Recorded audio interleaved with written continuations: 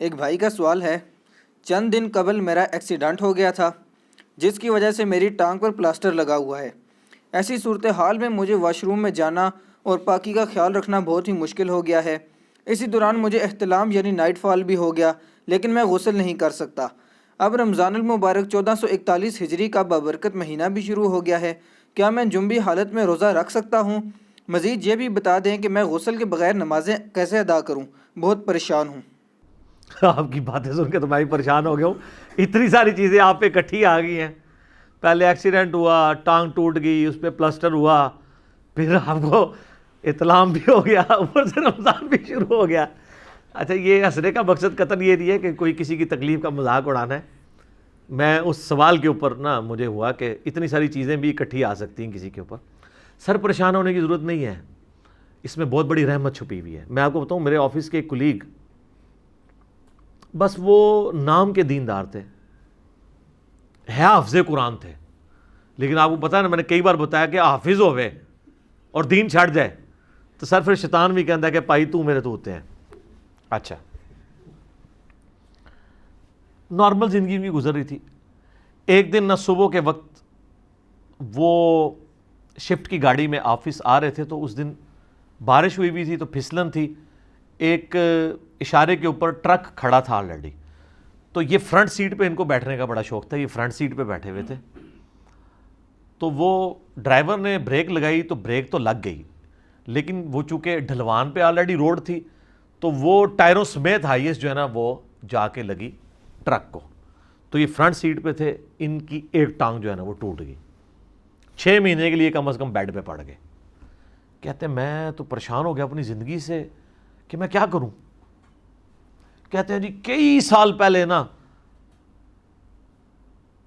ان کے والد صاحب کو کسی نے گفٹ دی تھی تفہیم القرآن یا دادا ابو کو، تو وہ کہتے ہیں گھر رکھی ہوئی تھی، کوئی نہیں تھا پڑھتا۔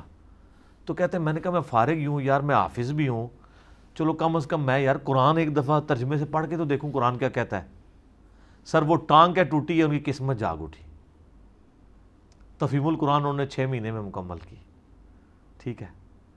حافظ قرآن تھے، داڑھی نہیں تھی، داڑھی رکھ لی بعد میں، اور ماشاءاللہ پریکٹسنگ مسلمان ہے۔ اور آپ کہیں سے کوئی آیت، کیا آپ ان سے ریفرنس سے بات کریں نا کہ مجھے اس ٹاپک پہ بتائیں کہاں کہاں آیات موجود ہیں، تو وہ آپ کو زبانی بتا دیں گے۔ میری ان کے ساتھ کافی ڈسکشن ہوتی رہتی تھی، چونکہ وہ ان کا دیوبند سے بلٹ اپ تھا، اب تو خیر وہ علمی کتابی ہیں ماشاءاللہ۔ تو مجھے اکثر وہ کہا کرتے تھے، یہ میں آج کی بات نہیں کر رہا، 6-7 بلکہ 8-9 سال پہلے کی، مجھے کہتے تھے یار احادیث پہ تمہاری بڑی گرپ ہے، قرآن پہ بھی ہونی چاہیے۔ دے جی میں نے ان کی یہ بات ایسی پلے باندھی، اللہ کا شکر ہے آپ کو ٹاپک بولیں تو میں ان سے پہلے آپ کو ڈھونڈ کے بتا دوں، تو پھر مانتے تھے یار واقعی یار تم نے اس کو ماسٹر کیا ہے۔ تو بعض اوقات ٹانگ توڑوائے بغیر بھی انسان ماسٹر کر سکتا ہے، لیکن جو لوگ ٹانگ توڑوائے بغیر نہیں کر رہے ہوتے ان کے بھی کئی بار اس شر میں خیر چھپا ہوتا ہے، اللہ تعالیٰ اس سے کوئی بہتر چیز ان کو دے دیتا ہے۔ تو وہ ان کی ٹانگ کی طرف واپس آتے ہیں۔ ان کے لیے پہلی تو ریکویسٹ یہ ہے کہ پریشان ہونے کی ضرورت نہیں ہے، اس شر میں آپ کے لیے خیر ہے، صبر کریں، اللہ تعالیٰ آسانیاں فرمائے گا انشاءاللہ تعالیٰ۔ باقی آپ کے لیے تو اب دین بہت زیادہ ریلیکسڈ ہے، چونکہ آپ کا پلاسٹر ہے، آپ غسل نہیں کر سکتے، اس کی وجہ سے آپ ڈیمیج ہو جائیں گے، اور یہ بھی نہیں ہو سکتا کہ باقی جسم پہ آپ پانی بہا لیں اور وہاں پہ صرف مسح کر لیں، کیونکہ مجھے پتہ ہے کہ جب یہ پلاسٹر بندھا ہوا ہوتا ہے تو پھر وہ موومنٹ بڑی مشکل ہو جاتی ہے۔ تو آپ کو غسل کرنے کی ضرورت نہیں ہے، صرف اپنے کپڑے چینج کر لیں اور تیمم کر لیں۔ تیمم کرنے کے لیے آپ کو کہیں باہر جانے کی ضرورت نہیں ہے، کوئی مٹی کا ایک چھوٹا سا ڈھیلا اپنے سرہانے رکھ لیں آپ، اور یہ میں غسل کے ایکویلنٹ تیمم کی بات کر رہا ہوں۔ وضو تو آپ کر سکتے ہیں، آپ تھوڑی سی ایفرٹ پٹ کریں گے، اس میں تو صرف اتنا ہی دھونا ہوتا ہے، پاؤں کے اوپر مسح کر لیں، باقی آپ کو کوئی وضو کروا دیں۔ چونکہ غسل کے ایکویلنٹ تیمم کیا جائے یا وضو کے ایکویلنٹ، دونوں کا طریقہ ایک ہی ہے، ایک ہی تیمم سے دونوں چیزیں کور ہو جاتی ہیں۔ وہ بخاری مسلم دونوں میں ایک حدیث موجود ہے اس سے ریلیٹڈ، لیکن اس سے بھی بڑھ کر سورۃ المائدہ میں سورہ نساء کے اندر اللہ تعالیٰ نے تیمم کا طریقہ بتایا ہے کہ اگر تم کسی سفر میں ہو اور تم پانی نہ پاؤ تو اپنے چہروں کا مسح کر لیا کرو اور دونوں ہاتھوں کا، تو یہ مٹی تمہیں پاک کر دے گی مٹی کے ذریعے۔ اس کے شان نزول میں بھی بخاری مسلم میں حدیث ہے کہ سیدہ عائشہ کا ہار ایک دفعہ گم گیا تھا، اس دوران قافلہ لیٹ ہوا تو پانی نہیں تھا، تو وہاں پہ یہ نازل ہوئی۔ باقی وہ تو شان نزول ہے، الٹیمیٹلی تو یہ اینڈ رزلٹ کے طور پہ موجود ہے۔ جو بخاری مسلم میں نے حدیث بتانی تھی وہ بڑی انٹرسٹنگ ہے۔ نبی علیہ السلام ایک سفر میں آپ نے نماز پڑھائی، تو نماز پڑھا کے فارغ ہوئے تو دیکھا ایک شخص کونے میں بیٹھا ہوا ہے۔ آپ نے فرمایا تو نے نماز کیوں نہیں پڑھی؟ کہ یا رسول اللہ میں جنوبی تھا، پانی اتنا ہی نہیں تھا میں غسل کر سکتا، تو میں نے نماز نہیں پڑھی۔ تو آپ فرمایا تم مٹی سے تیمم کر لیتے، تمہارے لیے کافی تھا کہ تم اپنے چہرے اور ہاتھوں کا مسح کرتے، تو یہ تیمم کافی۔ تیمم یہ نہیں ہے کہ پورے جسم پہ مٹی ملنی ہوتی ہے، مٹی تو خیر اس میں بھی نہیں ملنی ہوتی، صرف مٹی کو ٹچ کرنا ہے آپ نے۔ اور بخاری مسلم میں دوسری حدیث ہے حضرت عمار بن یاسر کی، حضرت عمر کے پاس بیٹھے ہوئے تھے، بخاری مسلم دونوں میں حدیث موجود ہے۔ ایک شخص آیا، اس نے کہا امیر المومنین میں یعنی سفر کے دوران اب پانی اویلیبل نہیں ہے، میرے پہ غسل فرض ہے، مجھے آپ تیمم کا بتائیں میں کیا کروں، کوئی سولوشن ہے آپ کے پاس؟ تو حضرت عمار نے کہا امیر المومنین سولوشن ہے میرے پاس، یہ تیمم کر لیں۔ پھر ان کا ہم بھی نبی علیہ السلام کے ساتھ سفر میں تھے، تو کہتے ہیں کہ میرے پہ غسل فرض ہو گیا تو میں مٹی میں لوٹ پوٹ ہونا شروع ہو گیا، تو حضور دیکھ کے مسکرائے، ان کا یہ کیا کر رہے ہو؟ کہا یا رسول اللہ تیمم کر رہا ہوں۔ اب انہوں نے اجتہاد تو صحیح کیا کہ وضو والا تیمم یہ ہے تو غسل والا پورے جسم کا ہوگا، تو اجتہاد سے ابھی کا بھی غلط ہو سکتا ہے۔ پہلے قرآن و سنت کو دیکھنا ہوگا، اجتہاد اینڈ پہ ہوتا ہے۔ جو اجتہاد کو رونا پیٹتے رہتے ہیں نا، تو حضرت عمار بن یاسر زیادہ کون فقیہ تھا صحابہ میں؟ ٹاپ آف دا لسٹ اصحاب میں، شروع کے مسلمانوں میں سے، جن کے ماں باپ اسلام کے پہلے شہداء ہیں۔ ابھی میں آپ کو وہ عمار کو باغی جماعت قتل کرے گی وہ والی حدیث نہیں سنا رہا، بخاری کی 2812، عمار ان کو جنت کی طرف بلائے گا اور وہ جماعت دوزخ کی طرف بلائے گی، یہ حدیث میں نہیں سنا رہا آپ کو، یہ وہ والے عمار بن یاسر ہیں۔ تو عمار نے کہا کہ اے امیر المومنین میں آپ کو بتاتا ہوں یہ میرے ساتھ ہوا تھا، تو حضور نے کہا یوں کر لو، اور اس میں انہوں نے کہا کہ مٹی پہ ہاتھ مارو اور پھر پھونک مارو۔ پھونک مارنے سے یہ ہوگا کہ مٹی اگر لگ گئی، وہ یہ نہیں کہ مٹی ہونی چاہیے اس طرح، ایون دیوار پہ بھی عام جو مٹی لگی ہوئی ہوتی ہے نا، یا ٹرین کے ڈبوں پہ بھی، یا جو گاڑیاں کھڑی ہوئی ہوتی ہیں باہر روڈ کے اوپر جن پہ ہلکی سی گرد ہوتی ہے، آپ ہاتھ لگائیں تو ہاتھ کا نشان بن جاتا ہے، وہ کافی ہے آپ کے تیمم کے لیے۔ ہاتھ لگائیں، اگر زیادہ مٹی لگی ہے پھونک مار لیں، چہرے کا پہلے مسح کریں، اور وہ پورا داڑھی کا خلال اس طریقے سے جہاں جہاں پانی پہنچانا ہوتا ہے وہاں وہاں ہاتھ پہنچائیں، پھر دوبارہ کریں یوں، اور پھر پہلے دایاں ہاتھ یوں کونیوں سمیت انگلیوں میں سے اس طریقے سے، گھڑی کو بھی انگوٹھی پہنی ہے اس کو آگے پیچھے کر کے، اور یہ پورا، تو یہ تیمم کا طریقہ ہے۔ حتیٰ کہ مسند احمد میں الموطا امام مالک میں حدیث ہے، نبی علیہ السلام فرمایا اگر کوئی 10 سال تک بھی پانی نہ پائے تو تیمم سے غسل اور وضو کر کے نمازیں پڑھتا رہے تو بالکل ٹھیک ہے۔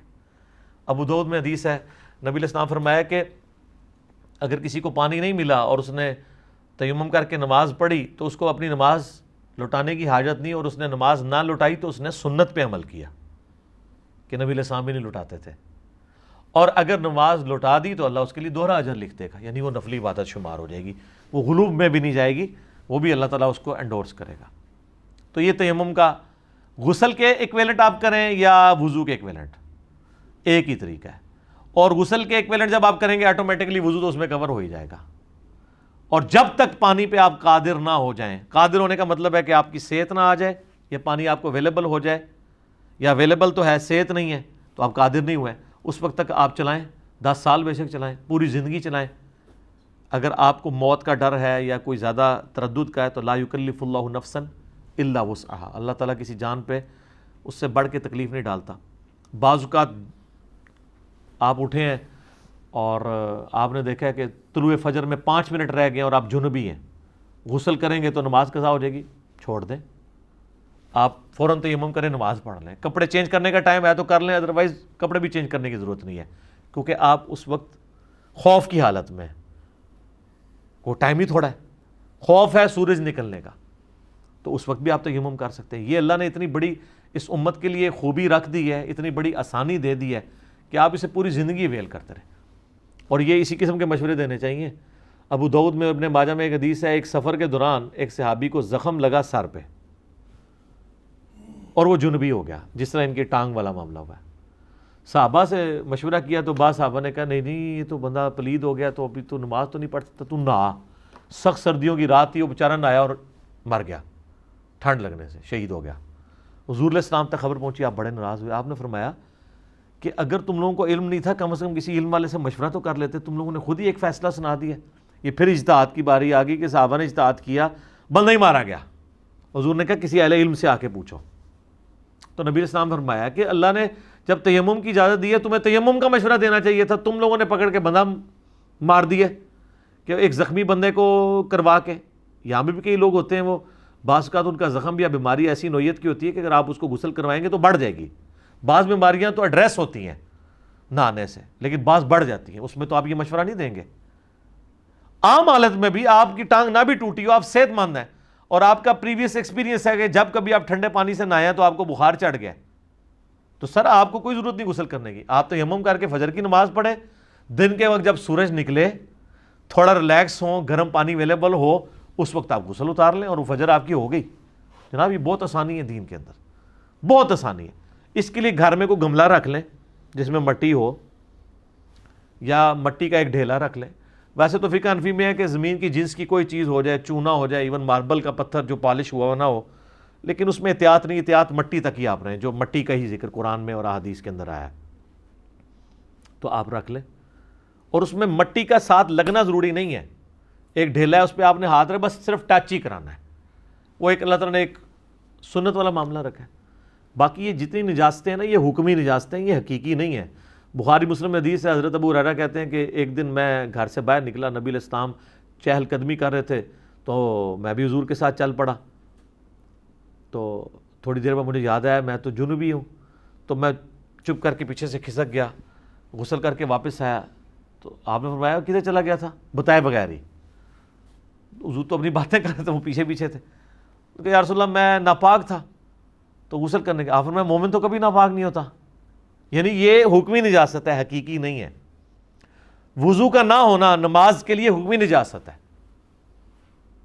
حقیقی نہیں ہے. اس سے بھی بڑھ کے بخاری مسلم میں حدیث ہے, اما عائشہ کہتی ہیں حضور مسجد میں تھے, آپ نے مجھے کہا میرا بسترا پکڑا دو. میں نے کہا یا رسول اللہ میں تو حیض سے ہوں. آپ فرمایا حیض تیرے ہاتھوں میں گھس گیا. پھر بخاری مسلم میں حدیث ہے, اما عائشہ کہتی ہیں کہ میں جنبی ہوتی, میں یعنی حیض کی حالت میں ہوتی تھی, اور حضور علیہ السلام میری گود میں سر رکھ کے قرآن پڑھا کرتے تھے. یعنی وہ یہ بتانا چاہ رہی ہیں کہ یہ کوئی فزیکلی ناپاک نہیں ہو جاتا جیسے ہندوؤں میں کنسیپٹ ہے. مسلمانوں میں بھی ہے کہ وہ کوئی حیض والی عورت جو ہے یا جنبی عورت نہ تو روٹی پکا سکتی ہے, نہ بچوں کو دودھ پلا سکتی ہے. کوئی ایسی چیز نہیں اسلام کے اندر. وہ فزیکل نجاست ہے ہی نہیں ہے, سوائے اس حیض والے خون کے یا سوائے اس منی کے. بس وہ ریموو کی, کام ختم. اس سے بندہ ناپاک نہیں. اب کئی لوگ پوچھ رہے ہوتے ہیں کہ جی ہمارے پہ غسل فرض تھا, ہم نے تولیے کو ہاتھ لگا لیا.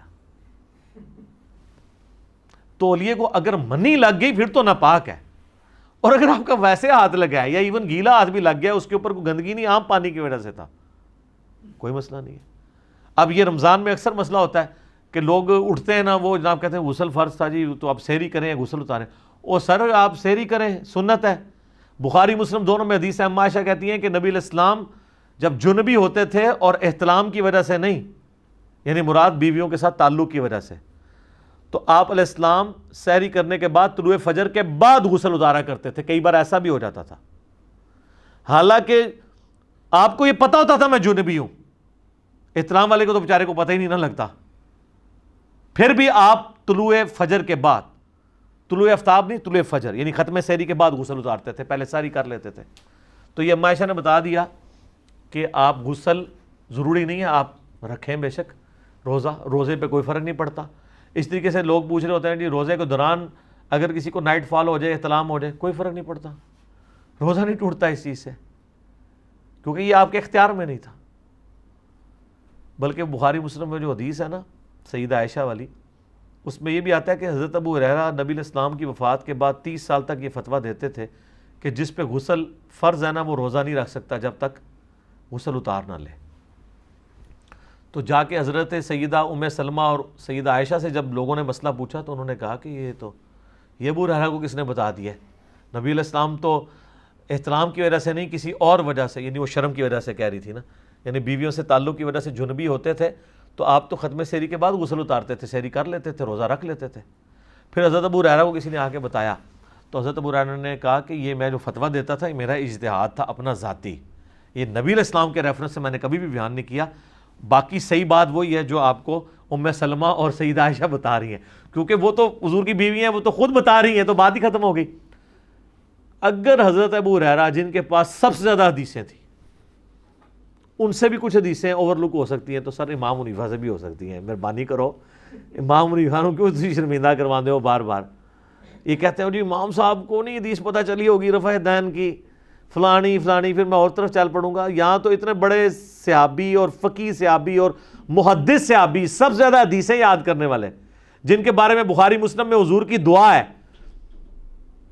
آپ نے یوں مٹھی کر کے چادر میں رکھی اور کہا آپ نے سینے سے لگا لے، وہ کہتے ہیں میں کبھی وہ حدیث نہیں بھولا۔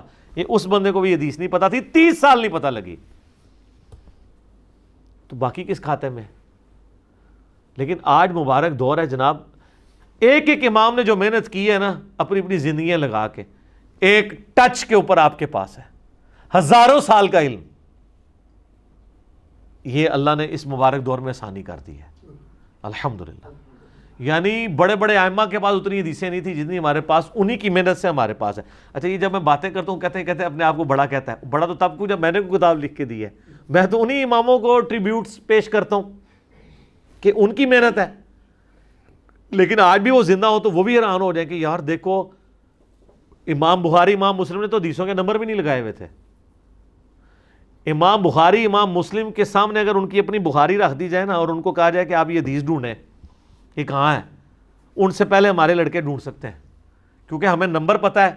مثلا اگر امام مسلم سے کہا جائے کہ آپ یہ ڈھونڈیں حدیث کہاں ہے، کہ علی سے محبت نہیں رکھے گا مگر مومن، علی سے بغض نہیں رکھے گا مگر منافق، تو امام مسلم کو کتاب الایمان کھولنا پڑے گا نا۔ ہمارے لڑکے کہیں 240 ہے جی۔ امام بخاری سے اگر ہم کہیں کہ یہ آپ ذرا ڈھونڈیں حدیث یہ آپ نے کہاں لکھی تھی کہ عمار کو ایک باغی جماعت قتل کرے گی، عمار ان کو اللہ اور جنت کی طرف بلائے گا اور جماعت دوزخ کی طرف بلائے گی، تو ان کو سینکڑوں صفحے کھولنے پڑیں گے۔ ہمارے لوگ کہیں گے سر 2812 حدیث ہے، اے ٹھک مار کے اے سر سند تسی لئی ہے سر، ساڈی کوئی کنٹریبیوشن نہیں، یہ تسی کیتی سی محنت۔ ایون قرآن کی آیات کے نمبر نہیں تھے۔ آج اگر آپ کسی صحابی سے کہنا کہ جو آیت ہے ان اللہ و ملائکتہ یصلون علی النبی، صلوات بر محمد و آل محمد، اللہم صلی علی محمد و آل محمد، یہ قرآن میں کہاں ہے؟ وہ کہیں گے سورۃ الاحزاب میں ہے۔ اور آپ ان سے پوچھیں گے کتنے نمبر پہ ہے، وہ کہیں گے میں نے تو نہیں، نمبر تو نہیں میں نے گنا ہوا، لیکن ہم نے تو اپنے جگہ جگہ کارڈ پہ لکھا ہے سورۃ الاحزاب آیت نمبر 56۔ اس وقت نمبرنگ نہیں تھی۔